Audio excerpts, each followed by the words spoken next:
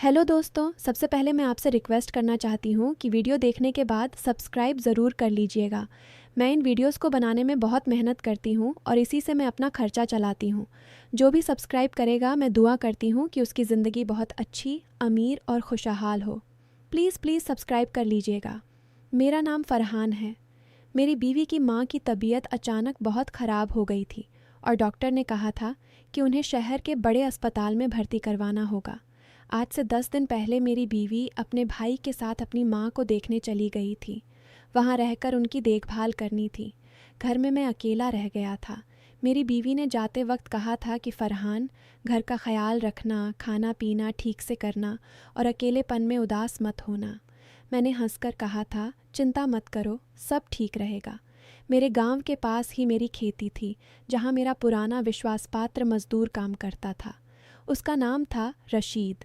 रशीद की उम्र करीब 50 साल थी।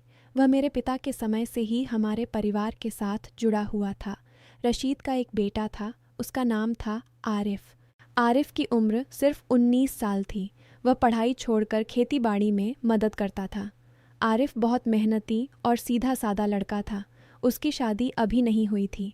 एक दिन शाम को रशीद ने मुझे फ़ोन किया। उसकी आवाज़ में घबराहट थी। बोला, साहब, मेरी बीवी की तबीयत अचानक बहुत बिगड़ गई है। वह तेज़ बुखार और सांस लेने में तकलीफ़ बता रही है। मैं उसे शहर के अस्पताल ले जा रहा हूँ। रास्ते में आपके घर के पास से गुजरूँगा। अगर आपकी बीवी घर पर है तो मेरी बेटी को थोड़ी देर के लिए आपके घर छोड़ दूँगा। बेटी का नाम है नूर।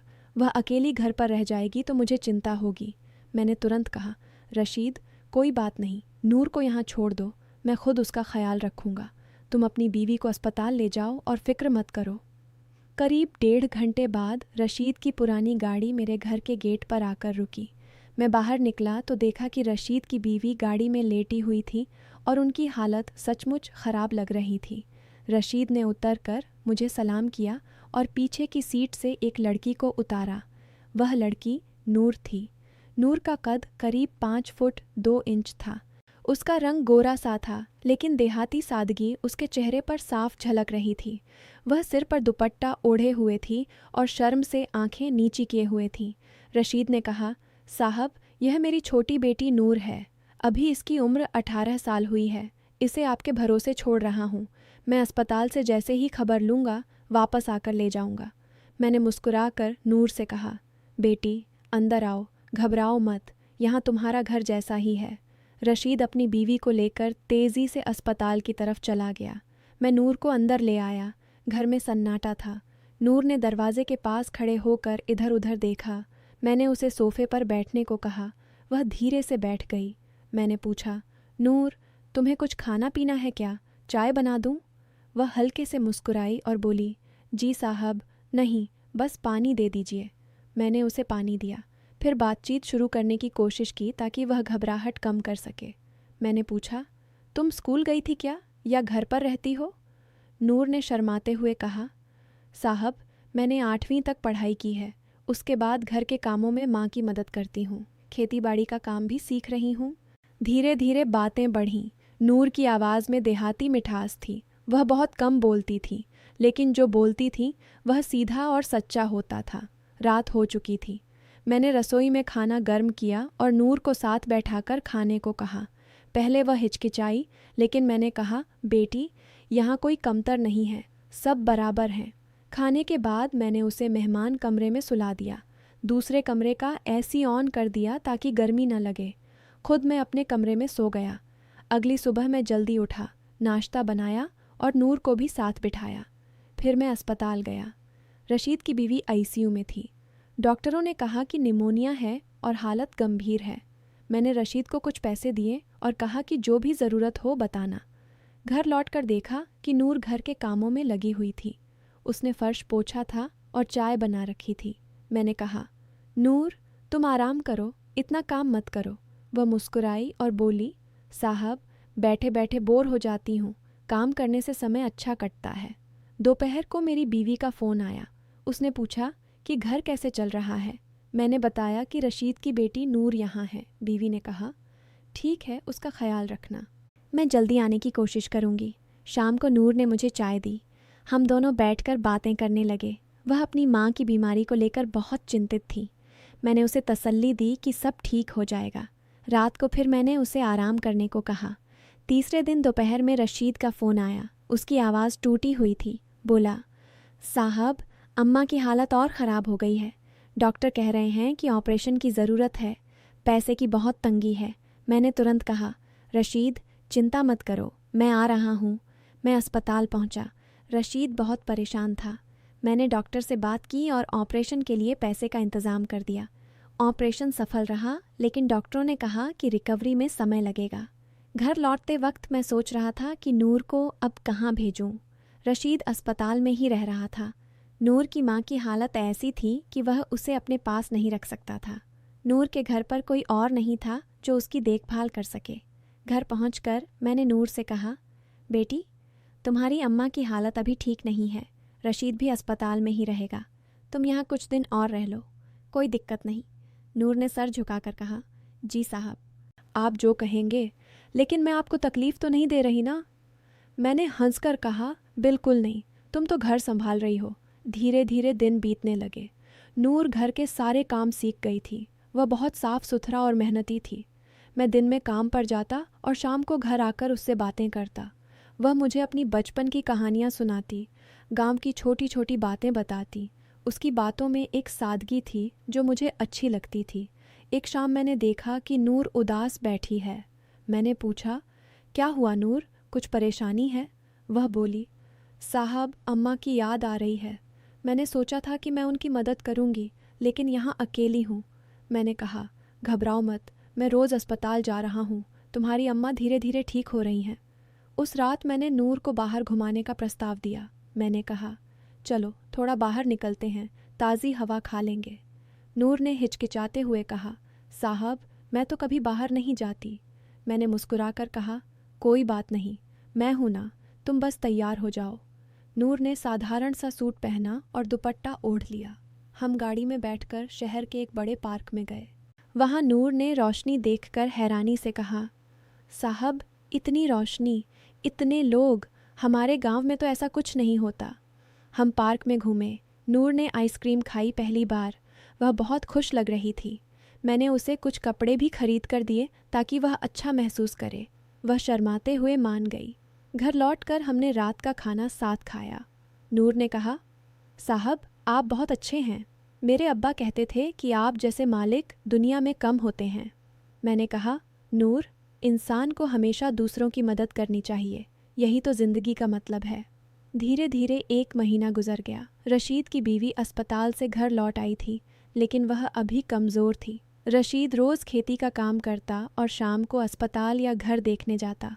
नूर अब भी मेरे घर पर थी। एक दिन रशीद मेरे घर आया। उसने नूर को देखकर कहा, बेटी, तुम यहाँ ठीक तो हो ना? नूर ने सर झुकाकर कहा, जी अब्बा, बहुत ठीक हूँ। साहब बहुत ख्याल रखते हैं। रशीद ने मुझे धन्यवाद दिया और कहा, साहब, आपने हम पर बड़ा एहसान किया। मैंने कहा, रशीद, तुम चिंता मत करो, नूर यहाँ सुरक्षित है। जब तुम्हारी बीवी पूरी तरह ठीक हो जाए तब ले जाना। रशीद चला गया। उस शाम नूर ने मुझे चाय देते हुए कहा, साहब, आपने मुझे इतना कुछ सिखाया। मैं पहले कभी इतनी आज़ाद महसूस नहीं करती थी। मैंने कहा, नूर, तुम्हारी मेहनत और सच्चाई देखकर मुझे अच्छा लगता है। तुम्हें आगे पढ़ना चाहिए।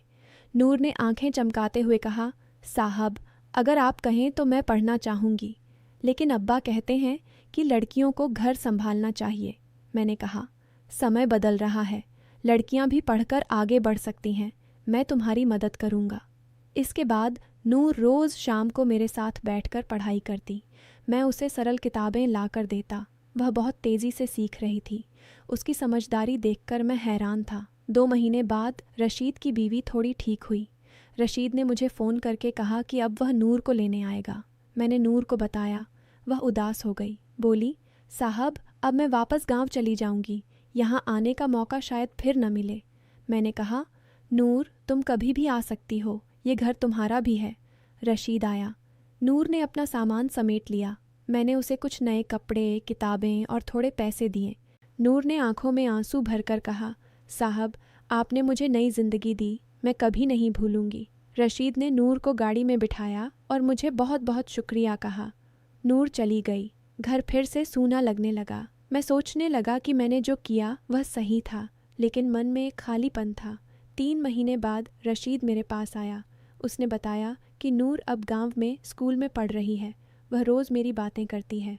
रशीद ने कहा, साहब, नूर कहती है कि साहब ने मुझे सपने देखना सिखाया। मैं मुस्कुराया। फिर 1 साल गुजरा। खेती का मौसम था। रशीद और आरिफ खेतों में काम कर रहे थे। मैं खेतों पर गया तो देखा कि नूर भी वहाँ आई हुई थी। वह अब पहले से ज़्यादा आत्मविश्वास से भरी हुई लग रही थी। उसने स्कूल की यूनिफॉर्म पहनी हुई थी। नूर ने मुझे देखकर सलाम किया और बोली, साहब, मैं 10वीं में पास हो गई हूँ। अब मैं आगे पढ़ना चाहती हूँ। आपकी वजह से आज मैं ये कह पा रही हूँ। मैंने खुशी से कहा, बहुत अच्छी खबर है नूर। मैं तुम्हारी पढ़ाई का खर्चा उठाऊंगा। तुम बस मेहनत करती रहो। रशीद ने भी आंखें नम करते हुए कहा, साहब, आपने मेरी बेटी को नई राह दिखाई। हम गरीब हैं, लेकिन आप जैसे इंसान की वजह से हमारा भरोसा बना रहा। उस दिन शाम को नूर ने मुझे फ़ोन किया। पहली बार उसने खुद फ़ोन किया था। बोली, साहब, आज मैंने अपनी माँ को आपकी सारी बातें बताईं। अम्मा रो पड़ीं। उन्होंने कहा कि फरहान साहब जैसे लोग भगवान भेजते हैं। मैंने कहा, नूर, मैंने जो किया वह मेरा फ़र्ज़ था। तुम अब अपनी ज़िंदगी संवारो। समय बीतता गया। नूर ने इंटर पास किया। फिर वह कॉलेज जाने लगी। वह हर महीने मुझे अपनी प्रोग्रेस बताती। मैं उसे किताबें, फ़ीस और ज़रूरी चीज़ें भेजता रहता। रशीद अब मेरे साथ और भी ज़्यादा ईमानदारी से काम करता।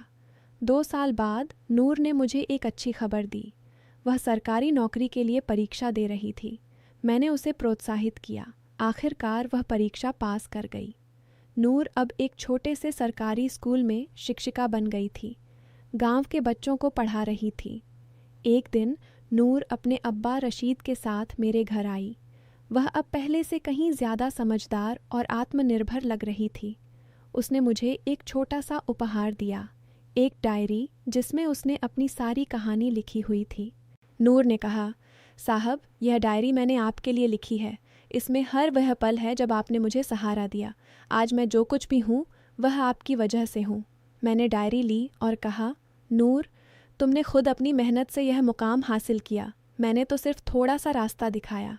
रशीद ने कहा, साहब, आपने सिर्फ मेरी बेटी को नहीं, पूरे परिवार को नई उम्मीद दी। उस शाम हम तीनों बैठकर पुरानी बातें करते रहे। नूर हंस हंस कर अपनी पुरानी शर्मीली यादें सुनाती रही। कुछ महीने बाद नूर की शादी तय हुई। लड़का एक अच्छे परिवार का था और पढ़ा लिखा था। नूर ने मुझे शादी में बुलाया। मैं गया। शादी में नूर ने मुझे देखकर कहा, साहब, आज मेरी यह खुशी भी आपकी दुआओं से है। शादी के बाद नूर अपना नया घर बसाने लगी, लेकिन वह कभी मुझे फ़ोन करना नहीं भूलती थी। वह अपने छात्रों को मेरी कहानी सुनाती और कहती कि एक अच्छा इंसान कैसे दूसरों की ज़िंदगी बदल सकता है। मैं अकेले घर में बैठकर सोचता कि ज़िंदगी में छोटी छोटी मदद भी कितना बड़ा फ़र्क ला सकती है। मैंने नूर को सिर्फ कुछ दिन अपने घर में रखा था, लेकिन उसने अपनी मेहनत और लगन से खुद को संवार लिया। रशीद अब मेरे खेतों का पूरा प्रबंधन संभालता था। वह कहता, साहब, आपने मुझे सिर्फ नौकरी नहीं, इज्जत दी। समय के साथ नूर की ज़िंदगी खुशहाल हो गई। वह अब 2 बच्चों की माँ थी, लेकिन स्कूल में पढ़ाना नहीं छोड़ी। वह गांव की लड़कियों को प्रोत्साहित करती कि पढ़ो और आगे बढ़ो। एक दिन नूर ने मुझे फ़ोन करके कहा, साहब, आज मेरी बड़ी बेटी ने पहली बार स्कूल जाना शुरू किया है। मैं उसे आपकी कहानी सुनाऊंगी। वह भी सीखेगी कि मदद करना कितना ज़रूरी है। मैं मुस्कुराया और कहा, नूर, तुमने जो सीखा उसे आगे बढ़ाओ। यही सबसे बड़ा इनाम है। ये कहानी सिखाती है कि जब हम दूसरों की मुश्किल वक्त में उनका साथ देते हैं, बिना किसी स्वार्थ के, तो ज़िंदगी हमें उससे कहीं ज़्यादा लौट आती है। विश्वास, मेहनत और सच्चाई कभी व्यर्थ नहीं जाती। फरहान ने नूर को सिर्फ छत दी थी, लेकिन नूर ने उस छत के नीचे अपने सपनों को उड़ान दी। और यही तो असली इंसानियत है दोस्तों।